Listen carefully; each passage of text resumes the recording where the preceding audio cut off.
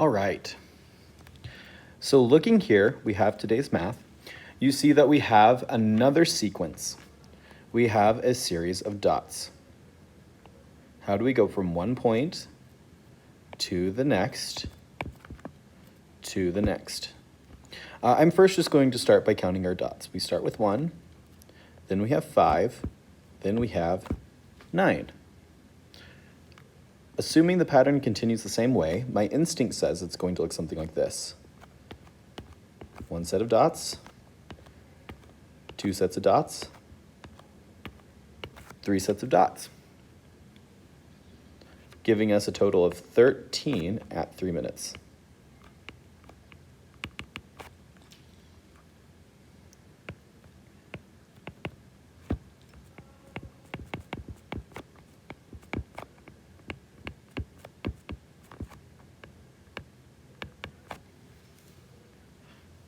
This was using what we called yesterday recursive thinking.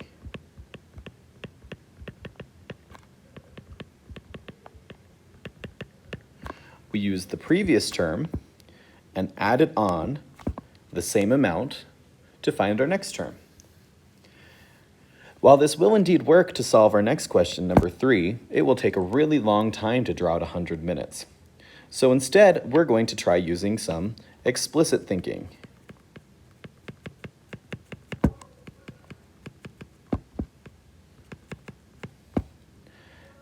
When we're thinking explicitly, I'm thinking, how many did we start with? Well, we started with 1, and each time we're adding on 4 dots. If we were to find out how many times at 100 minutes, we would have to add on 4 100 times, which would be the same as multiplication, giving us 1 plus 4 times 100, which we could resolve to be 401. Now we have to go ahead and turn this into an equation. It wants us to model it as a graph, a table, and an equation. Okay, so we're going to go ahead, switch over to the next page to do this. All right. 3 different representations of the same information. First, we'll do a table. I'm going to do a sideways table just because I think it's a touch easier to read in the space that I have. So we're going to start with their time and the number of dots.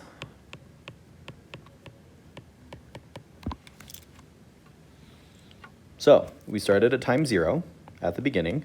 We had 1 dot. Time 1, we had 5. Time 2, we had 9. Time 3, we had 13. So on and so forth. That's as far as we're going to go with that.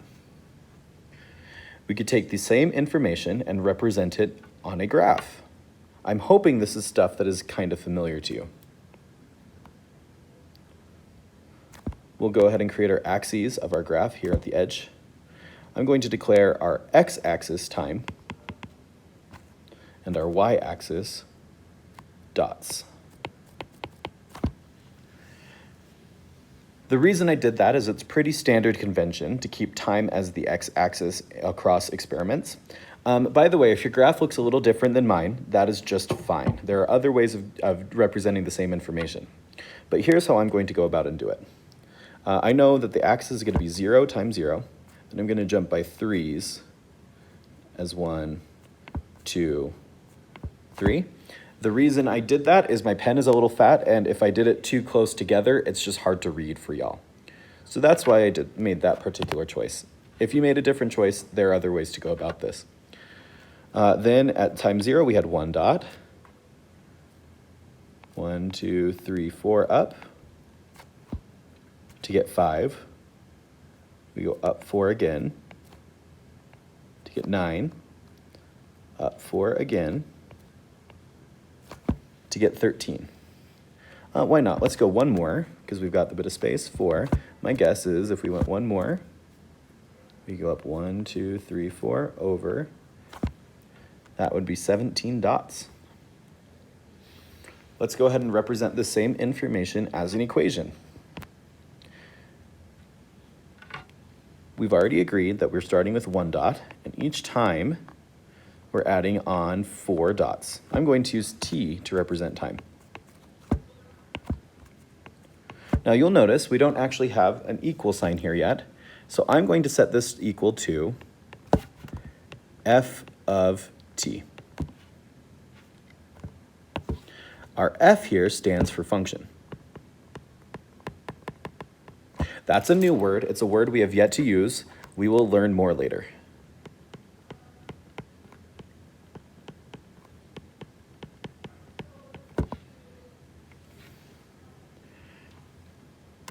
I will leave the ready for more as homework. Go ahead and give that a shot.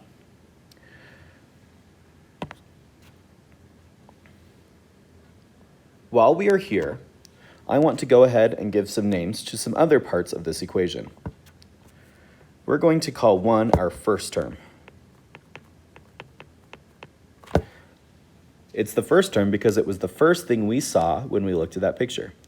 It's kind of confusing because it's at time 0, but we're calling it the first term because it's the first number that we have. We're going to go ahead and call 4 our common difference, or D. Why we call it that is we could take any 2 numbers of dots and subtract them, and you would end up with 4. Those are some vocabulary words I want you to know, okay? Let's go ahead and talk about our takeaways. We drew a table. It's one way to represent the data. We drew the graph another way. We wrote out the explicit equation. It's going to look something like this generally.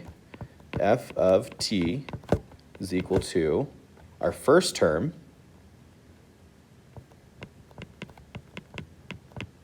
plus our difference times t.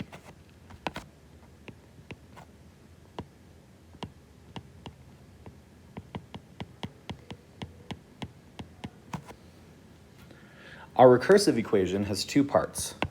You first have to say where we start. You have to list your first term. So that's part 1.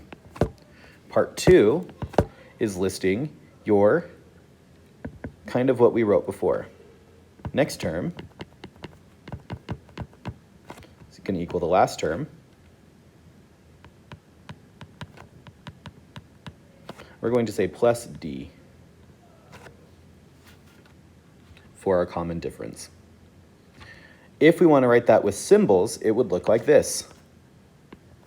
F of t is equal to f of t minus 1 plus d.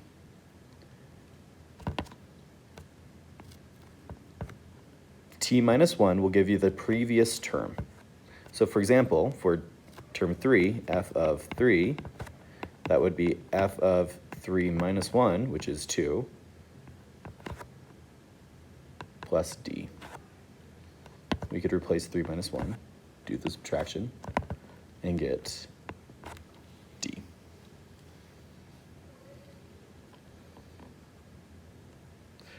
Go ahead, we're going to look at the back page. Oh, sorry, before we do that, there's one more vocabulary word I want to say here. So far, we have done what we are going to call arithmetic sequences, which means we are adding or subtracting, which is the only kind we've done so far. We will continue to practice with these for a minute, and then we will try the other kinds of sequence, which we'll get to later.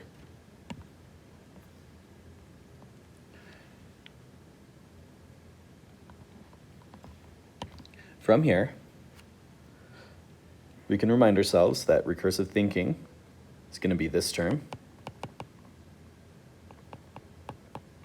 is equal to the last term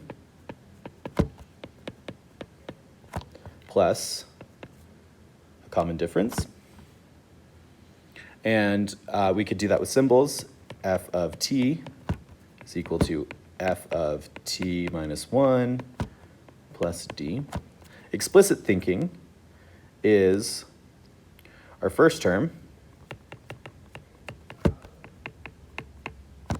plus the difference a certain number of times.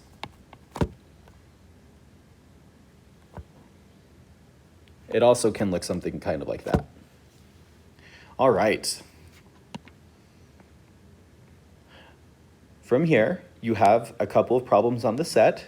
These are practice, kind of like what we've done. So I believe that you can figure it out. The substitute has a key as well if you need to look at that.